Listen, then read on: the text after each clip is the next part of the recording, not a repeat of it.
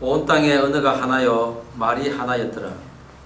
이에 그들이 동방으로 옮기다가 신한 형제를 만나 거기 거류하며 서로 말하되 자 벽돌을 만들어 견고히 굽자 하고 이에 벽돌로 돌을 대신하며 역청으로 진흙을 대신하고 또 말하되 자 성읍과 탑을 건설하여 그 탑 꼭대기를 하늘에 닿게 하여 우리 이름을 내고 온 지면에 흩어짐을 면하자 하였더니 여호와께서 사람들이 건설하는 그 성읍과 탑을 보려고 내려오셨더라.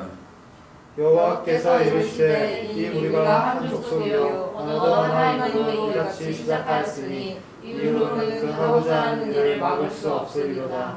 자 우리가 내려가서 거기서 그들의 언어를 혼잡하게 하여 그들이 서로 알아듣지 못하게 하자 하시고 여호와께서 거기서 그들을 온 지면에 흩으셨으므로 그들이 그 도시를 건설하기를 맺혔더라. 그러므로 그 이름을 바벨이라 하니 이는 여호와께서 거기서 온 땅의 언어를 혼잡하게 하셨음이니라. 여호와께서 거기서 그들을 온 지면에 흩으셨더라. 셈의 돌론을 아니라 셈은 100세고 홍수 2년에 아르박삿을 낳았고 아르박삿을 낳은 후에 500년을 지내며 자녀를 낳았으며 아르박삿은 30세에 셀라를 낳았고 셀라를 낳은 후에 403년을 지내며 자녀를 낳았으며 셀라는 30세에 야벨을 낳았고 에벨을 낳은 후에 403년을 지내며 자녀를 낳았으며 에벨은 34세에 벨렉을 낳았고 벨렉을 낳은 후에 430년을 지내며 자녀를 낳았으며 벨렉은 30세에 르우를 낳았고 러우를 낳은 후에 209년을 지내며 자녀를 낳았으며 르우는 32세에 스루를 낳았고 스룩을 낳은 후에 207년을 지내며 자녀를 낳았으며 스룩은 30세에 나홀을 낳았고 나홀을 낳은 후에 200년을 지내며 자녀를 낳았으며 나홀은 29세에 데라를 낳았고 데라를 낳은 후에 119년을 지내며 자녀를 낳았으며 데라는 70세에 아브람과 나홀과 하란을 낳았더라. 데라의 족보는 이러하니라. 데라는 아브라함과 나홀과 하란을 낳고 하란은 롯을 낳았으며 하란은 그 아비 데라보다 먼저 고향 갈대아인의 우르에서 죽었더라. 아브라함과 나홀이 장가들었으니 아브라함의 아내의 이름은 사레며 나홀의 아내의 이름은 밀가니 하란의 딸이요 하란은 밀가의 아버지이며 또 이스가의 아버지더라. 사라는 임신하지 못함으로 자식이 없었더라. 데라가 그 아들 아브라함과 하란의 아들인 그의 손자 롯과 그의 며느리 아브라함의 아내 사레를 데리고 갈대아인의 우르를 떠나 가나안 땅으로 가고자 하더니 하란에 이르러 거기 거류하였으며 데라는 나이가 205세가 되어 하란에서 죽었더라. 아멘. 자리에 앉아 주십시오. 말씀을 위하여 기도하겠습니다.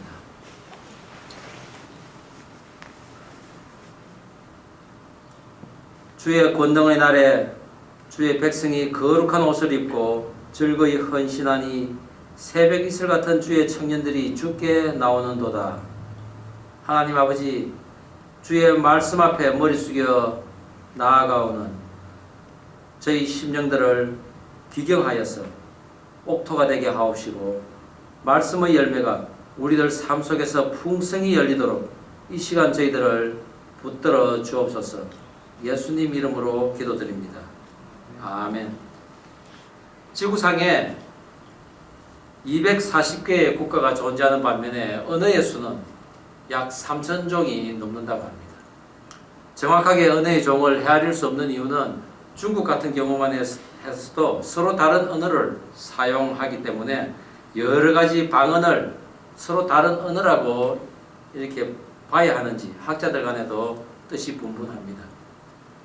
언어 사용자 수로 보면은 중국어가 약 9억 명으로서 가장 많습니다. 1위입니다. 영어가 4억 정도로 2위고 일본어는 8위, 우리나라는 13위라고 합니다. 여러분은 어떻습니까? 영어 공부 어렵고 또 힘들 때 왜 하나님께서는 언어를 이렇게 저희들에게 많이 주셔서 우리가 이렇게 고생을 하게 되나 한 번쯤은 생각을 해보셨을 것입니다. 저 또한 미국에서 살면서 이 공부하고 생활하는 데 있어서 참 언어의 장벽을 많이 느끼고 있습니다. 힘이 들죠. 인간이 사는 것이 쉽지 않은 것이 한두 가지가 아닌데 어느 가지 안 통하면은 그 어려움은 배가가 되는 것입니다. 그러나 오늘 성경 본문에는 언어가 하나요 말이 하나라고 했는데 이것은 입술로 표현하는 이 언어가 동일했음을 의미합니다. 즉 사람들 간에 의사소통을 하는데 아무 문제가 없었다는 것입니다.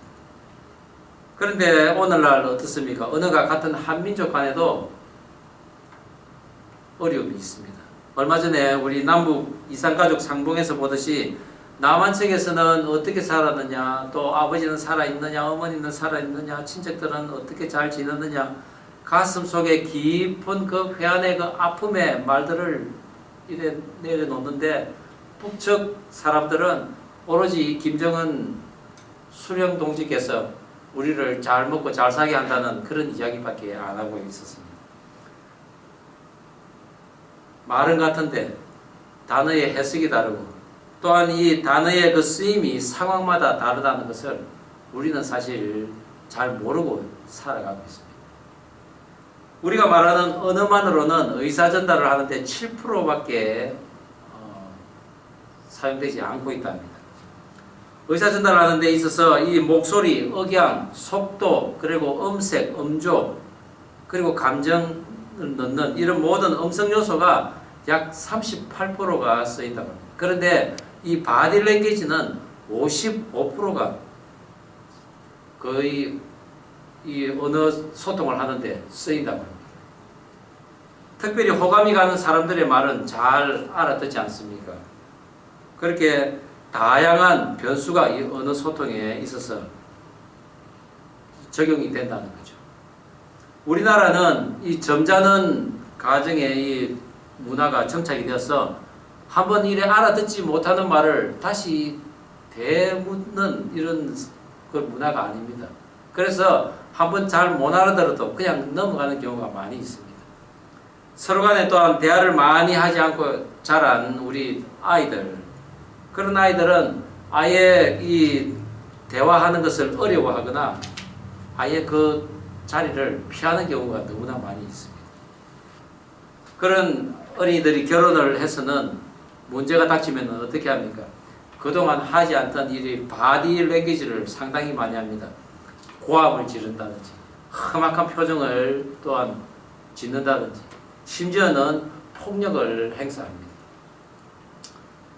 이런 식으로 거칠고 이해할 수 없는 대화법으로 이래 살다가 서로 또 이해를 하지 못하겠다고 하소연을 많이 하는 것이 우리네 그 가정들입니다.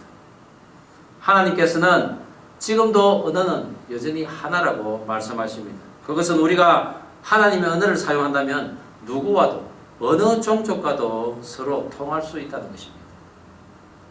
노아의 홍수 사건 이후 하나님의 약속대로 인간은 생육하고 번성하고 땅에 충만해졌습니다. 노아의 세 아들 각자가 마음에 드는 땅을 찾아서 거기서 정착하며 특히 함의 후손에서 니무롯이라는 세상의 첫 용사가 나왔습니다. 그러나 그는 하나님께 대적하며 잔인한 폭력을 휘두르는 지도자였습니다. 잔인하게 짐승을 사냥하며 또한 그것을 영웅시하며 즐기면서 자연히 사람의 그 생명까지도 경시하는 그런 모습을 보였습니다. 노아의 이 세 아들의 자손들이 땅에 편만하게 흩어져서 언어는 잘 통하고 있습니다. 그 당시에는 여전히 언어는 하나였다고 했습니다. 그런데 이렇게 언어가 잘 통하는 그들에게서 하나님을 대적하는 일이 진행되고 있었던 것입니다. 서로 힘을 합쳐서 하나님을 넘어서려고 하는 것입니다. 하나님께서 이 땅에 와서 보니 이 무리들이 함께 모여서 힘을 합쳐 성과 탑 쌓기를 하는 것입니다. 하나님께서는 지금 이들을 막지 못한다면 이후에 금지할 수가 없다고 하여서 그들의 언어를 혼잡하게 하신 것입니다. 오늘날의 3,000여 종이나 되는 이 언어는 악인들의 계획을 저지하려는 하나님의 뜻인 것입니다. 그러나 오늘날 어떻습니까? 세계가 다시 하나가 되어 가고 있습니다. 언어 또한 하나가 되어 가고 있습니다. 그런 가운데 과학 발전은 놀라울 정도로 지금 진행되고 있습니다. 어느 나라든지 스포츠 특기자들 돈을 주고 자기 나라로 끌어오기도 합니다. 그리고 과학자들은 어떻습니까? 자기가 원하는 곳 어디든지 가서 그곳에서 대우만 좋으면은 어느 나라든지 가서 살 수가 있는 나라가 되었습니다. 바벨의 시대가 다시 열리고 있는 것입니다. 저는 오늘 창세기 11장 말씀을 통해서 온 땅에 언어가 하나이던 그 족속들이 바벨탑을 쌓는 그 소행을 보면서 오늘날을 살아가는 이 하나님의 백성이 어떻게 살아가야 하는 것을 함께 나누기를 원합니다. 온 땅에 한 언어를 가진 자들이 한 첫 번째 행위는 벽돌을 견고하게 구워 성과 탑을 만들어 하늘에 닿게 하는 것이었습니다. 우리 오늘 본문 11장 4절 말씀 우리가 한 목소리로 다시 한번 읽어보겠습니다. 시작. 또 말하되 자 성읍과 탑을 건설하여 그 탑 꼭대기를 하늘에 닿게 하여 우리 이름을 내고 온 지면에 흩어짐을 면하자 하였더니, 이제부터 하나님을 만나려면은 노아가 전하는 하나님의 말씀을 들어야 하는데 문제는 노아가 죽었다는 것입니다. 물론 노아의 유언으로 하나님의 말씀을 세 자녀에게 전했을 것입니다. 그러나 그 세 자녀들은 그 하나님의 말씀보다는 오히려 이제 홍수 심판이 더 이상 있지 않겠다는 그 말씀에만 초점을 맞춘 것입니다. 그러다 보니 그들은 짐승을 다시 잔인하게 사냥을 하고 드디어 폭력으로 국가를 형성하는 그런 일까지 벌어진 것입니다. 그것은 무엇을 의미합니까? 사람의 피를 흘리기 시작했다는 것입니다. 죄인의 특징은 어떻습니까? 하나님으로부터 멀어지는 특징이 있습니다. 그리고 또 하나는 하나님이 나의 죄를 물으실 것을 알고 먼저 그 하나님으로부터 방어 대책을 하는데, 그것은 바로 하나님을 대적하고 하나님을 넘어서겠다는 것입니다. 노아의 후손들 오늘 동방으로 옮겨서 에덴에서 점점 멀어지고 있었습니다. 이것은 하나님의 은혜에서 점점 멀어지고 있다는 것을 의미합니다. 그렇게 흩어져 살던 세 족속이 함의 후손이 정착하여 살던 시날 평야에서 함께 모여 담화를 시작합니다. 자, 돌을 대신하여 진흙으로 벽돌을 만들자. 견고히 굽자고 합니다. 당시 시날 평야는 돌이 없고 진흙이 있는 땅입니다. 진흙으로 벽돌을 구워 만든다는 것은 문명이 상당한 수준으로 올라와 있다는 것을 의미합니다. 그것을 볼 때 그들은 앞으로 불이 임할 진노를 미연에 방지하는 것입니다. 그리고 역청을 진흙과 같이 사용하여서 이제 성을 쌓는 것입니다. 탑을 쌓는 것입니다. 방수 효과까지 갖추어서 홍수 심판으로부터 자기들을 방비하고자 하는 것입니다. 하나님을 정확하게 모르면은 악인의 도모에 쉽사리 가담하게 될 수 있습니다. 왜냐하면 사단은 언제나 우리의 소원을 알고 있고 또한 그 소원을 취할 방법을 우리에게 가르쳐 줍니다. 그러나 그 방법은 언제나 빠르고 쉽고 편리하게 얻을 수 있도록 하는 것입니다. 그리고 우리들은 그동안 볼 수 없었던 것, 또한 보지 말아야 될 것들을 보게 되는 것입니다. 오늘 노아의 후손들도 몇 마디 하지 않았는데 서로의 말을 잘 알아듣습니다. 아무 저항 없이 벽돌을 만들고 그리고 성을 쌓고 탑을 쌓습니다. 그저 자, 벽돌을 견고히 굽자, 그 말만 한 것입니다. 모두가 동의를 한 건지 아니면 그 폭군인 니무롯의 후환이 두려워서 동조했는지는 알 수가 없지만은 모두가 열심을 내어서 하나님을 대적하는데 힘써 일을 했다는 것입니다. 그렇습니다. 저희들은 하나님의 그 진노와 심판을 알고 있습니다.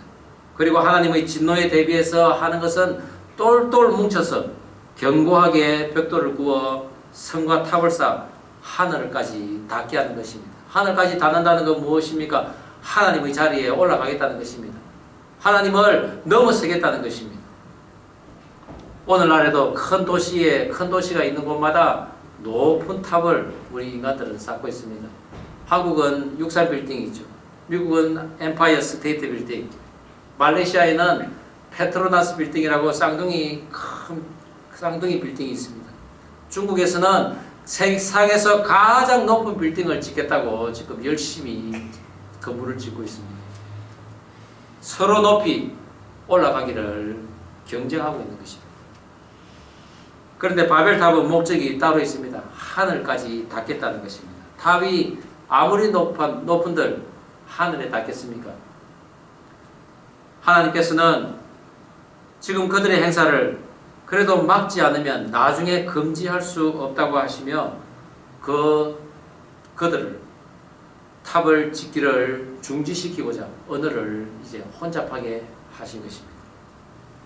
성경을 기록한 목적이 하나님께서 인간을 창조하시고 또한 그들은 죄로 인해서 다 죽게 된다는 것을 알게 하기 위함입니다.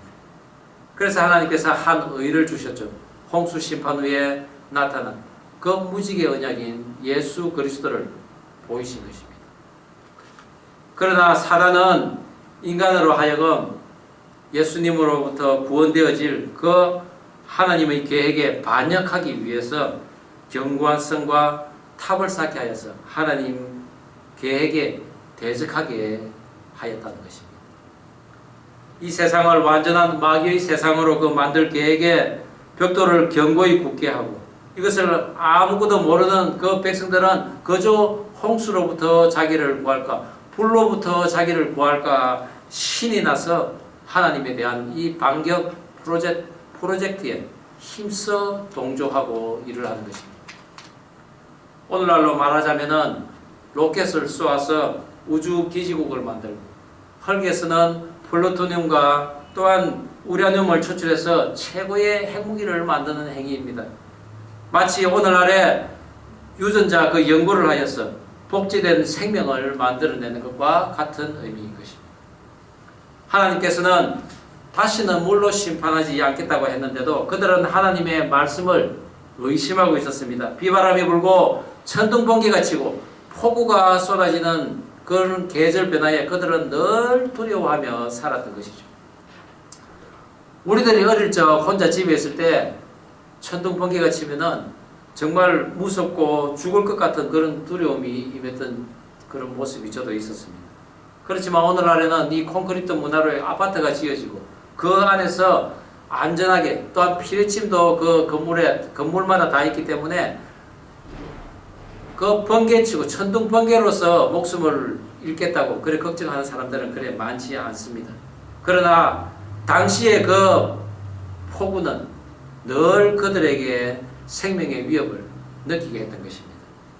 그런 정황에서 노아의 후손인 이 세 족속은 견고한 성을 짓는데 아무런 반대 없이 성을 짓기 시작하는 것입니다. 뜻이 맞은 그들 말이 필요 없습니다. 자, 이 한마디에 그들은 힘써 탑을 쌓아 올리는 것입니다. 그런데 문제는 탑을 하늘에 닿게 하는 것입니다. 안전한 집을 원했던 것도 아니고 대적한다는 그 니무롯의 아들의 이름처럼 그들은 하나님을 대적하는 창조주에게 반역을 꾀하는 그런 악인의 계략을 갖고 있었던 것입니다. 이 사단의 뜻이 온 천하가 하나로 통하는 그 계기가 그들 안에 있었던 것입니다. 여러분, 악인의 장막에는 대화가 잘 통합니다. 자, 한마디만 하면은 악인들은 그냥 모입니다. 그런데 우리가 가정이나 교회에서 자, 이제부터 교회 가족들 간에 서로 다툼은 없애고 서로 사랑을 합시다. 내가 양보할 테니 당신이 먼저 하십시오.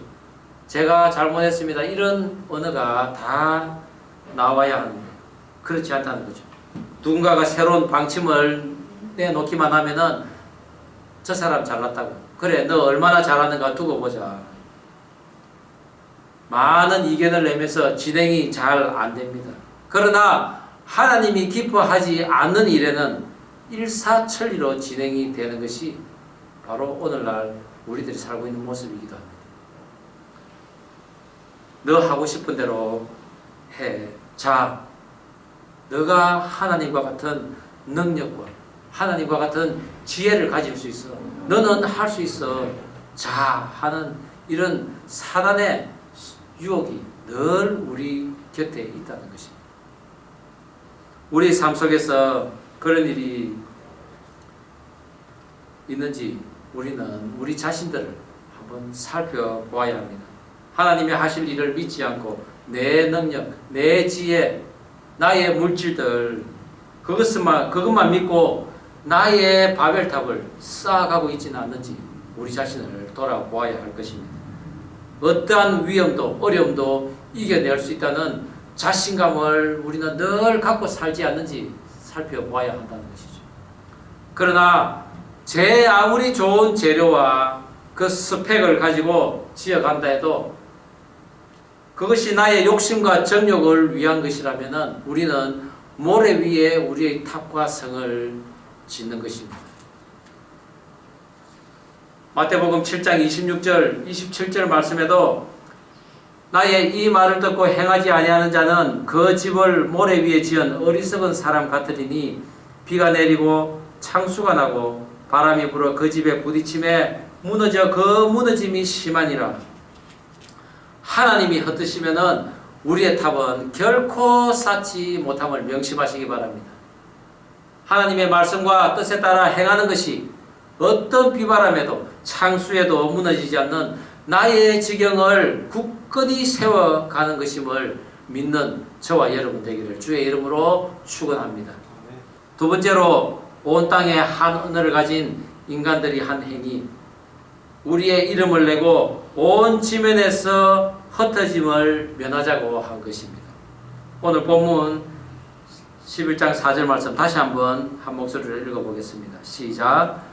또 말하되 자 성읍과 탑을 건설하여 그 탑 꼭대기를 하늘에 닿게 하여 우리 이름을 내고 온 지면에 흩어짐을 면하자 하였더니 이들이 벽돌을 견고히 굽고 성과 탑을 높이 쌓은 이유 하늘로 올라가기 위함이었습니다. 하늘나라의 그 보좌를 빼앗고 하나님의 이름을 이 지상에서 이 지면에서 없이 하고 자신의 이름을 멀리 퍼뜨리기 위함이었습니다. 타락한 천사 루시퍼를 광명한 그 천사 루시퍼로 또한 사단과 마귀 그들의 이름을 천하에 유명케 하기 위하여 사용한 것은 바로 우리 인간이라는 것입니다. 성을 짓지 말고 유리하며 살라고 한 그 하나님의 명령이 그런 인간들을 고생과 파멸로 몰기 위한 것이라고 사단과 마귀는 늘 우리들에게 거짓말을 하고 있습니다.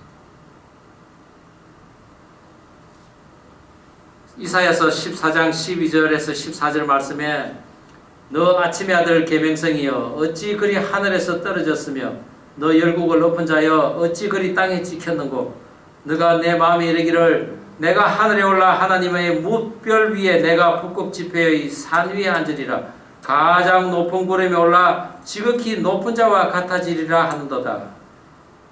사단은 이렇듯 늘 하나님의 위치에 올라가려고 하는 것입니다. 그것을 위하여 우리 인간들을 사용하는 것입니다. 최고의 부드러운 음성으로 자, 내 말이 맞지? 하나님은 언제나 너희들을 속이고 있는 거야. 그렇게 우리에게 다가온다는 것입니다. 우리가 그 말을 듣는 순간에 우리는 또한 붕괴하여 사단과 동지가 되는 사람들이 많습니다. 그리고 나면 하나님의 말씀과 찬양조차 싫어지고 이제 지긋지긋해져서 십자가가 있는 그 교회도 그리고 목사도 예수 믿는 사람 심지어는 사람들까지도 싫어하게 된다는 것입니다. 우리가 어떤 사람이 싫어질 때 이제는 지긋지긋하다고 정말 듣기도 싫다고 우리가 이야기하지 않습니까? 지금 노아의 후손들이 그런 상황입니다. 우리의 선조를 다 죽인 하나님, 우리들도 언젠가는 그 선조들처럼 죽을 거야. 그렇게 생각을 하며 그들만의 대책을 세우는 것입니다. 그것이 바로 뭉쳐야 산다. 그러며 지면에 흩어지기를 거부하는 것입니다. 그리고는 가인이 짓고 살았던 그 성을 다시 재건해보니 정말 좋기만 하고 선지국은 맛있기만 하고 그런데 하나님께서는 이래라 저래라 고기는 먹되 피는 먹지 말라 늘 그렇게 말이 많다는 것입니다. 그런 하나님의 통치 이제 더 이상 받지 않겠다는 것입니다. 그것이 이 한마디로 그들이 뭉친 것입니다. 그리고 이제는 불에도 이기고 물도 이겨낼 수 있는 성을 쌓고 탑을 쌓는 가운데 하나님을 없이 하자는 그런 동의에 적극 동조하여 열심히 자기의 탑을 쌓아가고 있는 것입니다. 그리고는 그들은 우리의 흩어짐을 면하자, 그리고 우리의 이름을 이 땅에서 내자고 그들 스스로 함성을 지르고 있는 것입니다. 오늘날의 과학자들이 무엇을 발명하면 그 발명품에 자기의 이름을 많이 붙입니다. 그것은 자신의 이름을 유명케 하기 위한 것이죠. 그렇게 해서 세상에는 연글들이 수두룩 나왔습니다. 알렉산더 대왕, 네로 황제, 징기스칸, 그리고 진시황 히틀러, 많은 사람들이 자기의 이름을 내고자 애를 썼습니다. 오늘날은 또 어떻습니까?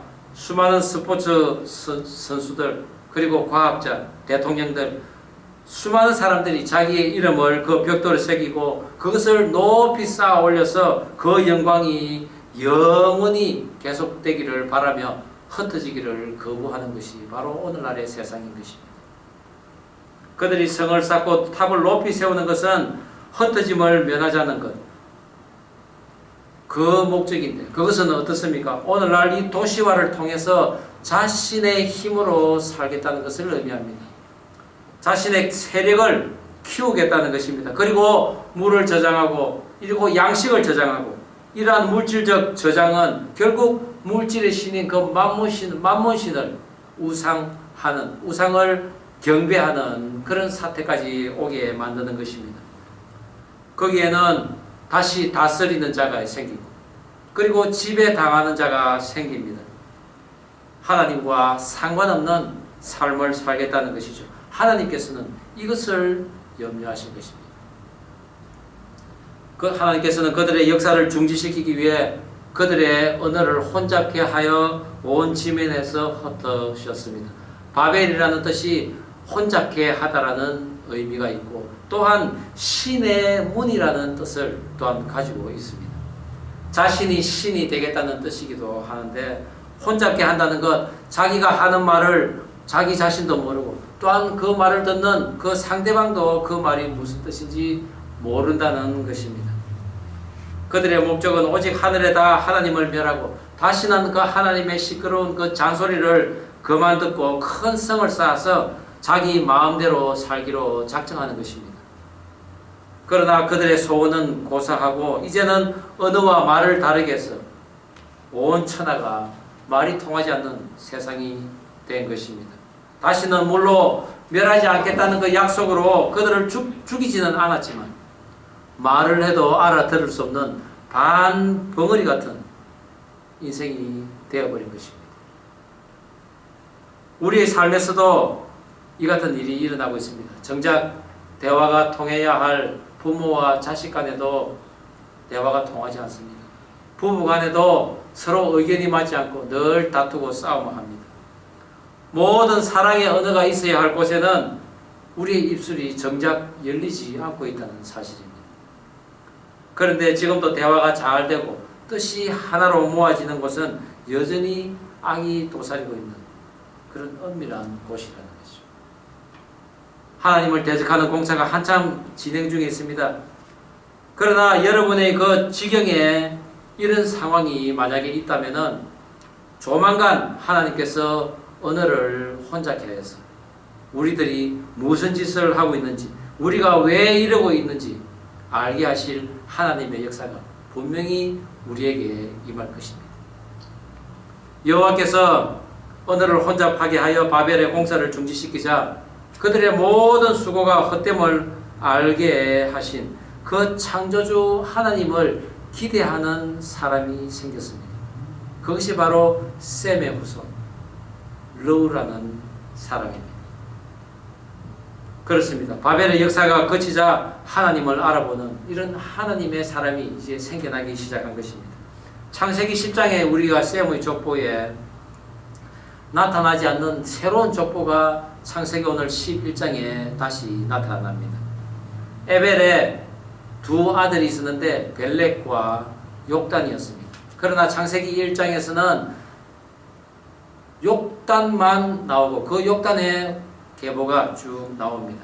그러나 오늘 창세기 11장에는 그 욕단은 다시 사라지고 오고 벨렉으로 시작되는 그 벨렉의 후손 러후, 하나님의 친구라는 의미의 그 러후의 족보가 시작되어서 믿음의 조상인 아브라함까지 이어지는 것입니다.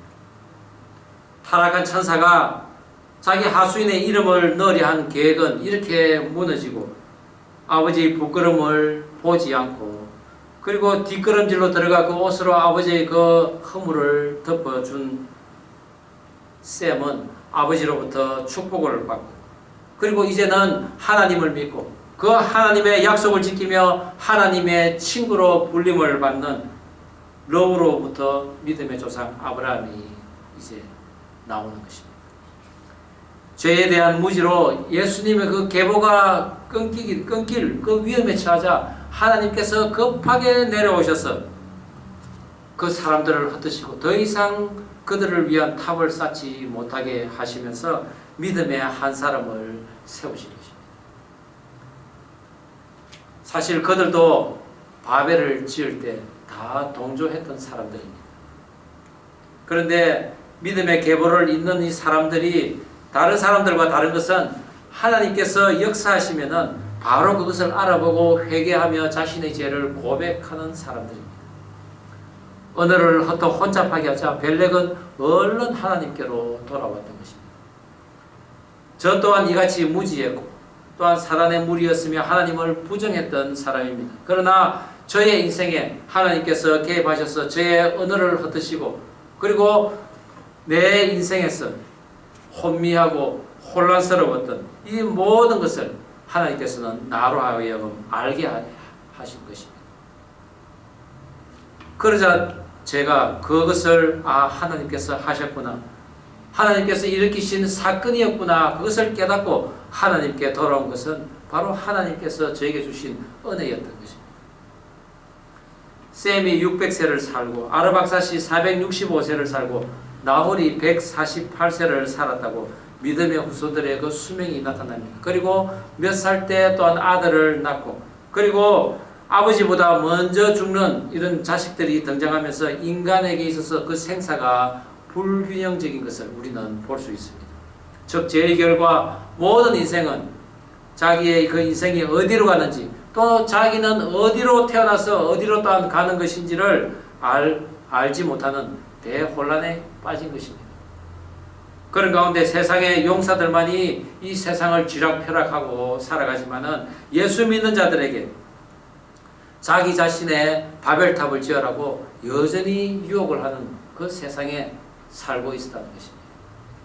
그런 가운데 믿음으로 의롭게 된 성경의 한 주인공, 바로 믿음의 조상 아브라함, 그 이야기를 이제 다음 장인 12장부터 전개해 나갈 것을 오늘 11장에서 알려주기 위해서 이 긴 족보가 지금까지 계속된 것입니다.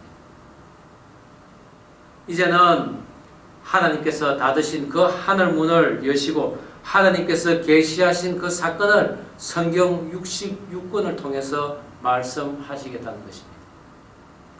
저희가 창세기를 처음 시작할 때 성경은 구약과 신약으로 나뉘어져 있다고 했습니다. 그런데 그것을 다르게 두 부분으로 나눈다면은 창세기 1장에서 11장까지고 그리고 창세기 12장에서 마지막 요한계시록까지라고 두 부분으로 나눌 수가 있는 것입니다. 이것은 창세기 1장에서 11장까지가 우리 성경의 대주제를 이야기하는 파트인 것입니다. 그런데 12장부터는 이 대주제를 이제 스토리로 서술하는 그 형태로 쓰여져 있다는 것입니다. 그래서 사실 오늘이 성경의 제1부가 끝나는 날이기도 합니다. 성경의 대주제의 결론이 바로 이 11장까지인 것입니다. 인간은 하나님의 형상으로 지어져서 또한 하나님의 그 명령을 듣고 살 때가 가장 평안합니다. 그런데 우리가 하나님을 영접하기 전에 사단이 우리 안에 들어와 선악과를 먹으라고 세상의 용사가 되어라고 유혹을 합니다. 하나님은 없어. 이것을 먹어도 죽지 않아. 그리고 너는 네 무릎과 같이 세상의 용사가 되어서 내 이름을 온 지면에 널리 떨칠 거야 라고 유혹을 하는 것입니다. 온 세상에 언어가 하나였더라. 여러분은 자신만의 그 탑을 쌓아가며 하나님을 대적하는 삶을 살다가 온 천지에 흩어져 버리는 그런 인생을 사시겠습니까? 아니면은 하나님의 그 역사하심을 인지하고 즉시 돌아서서 회개하고 나의 죄를 고백하며 하나님의 벗되는 자로서 믿음의 그 계보의 확증이 되는 삶을 살겠습니까? 지금은 혼미하고 혼란한 세상입니다. 저와 여러분은 셈의 장막에 있었으면서도 불구하고 지워질 이름으로 그런 남는 자가 아니라 예수님의 그 계보를 따라 믿음의 영적 자녀를 낳고 또 낳아야 할 것입니다.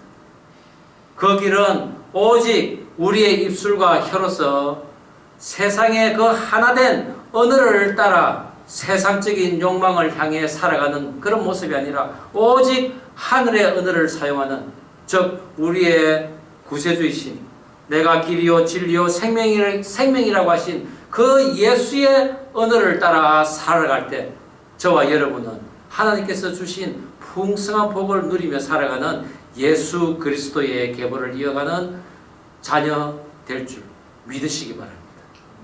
기도하시겠습니다.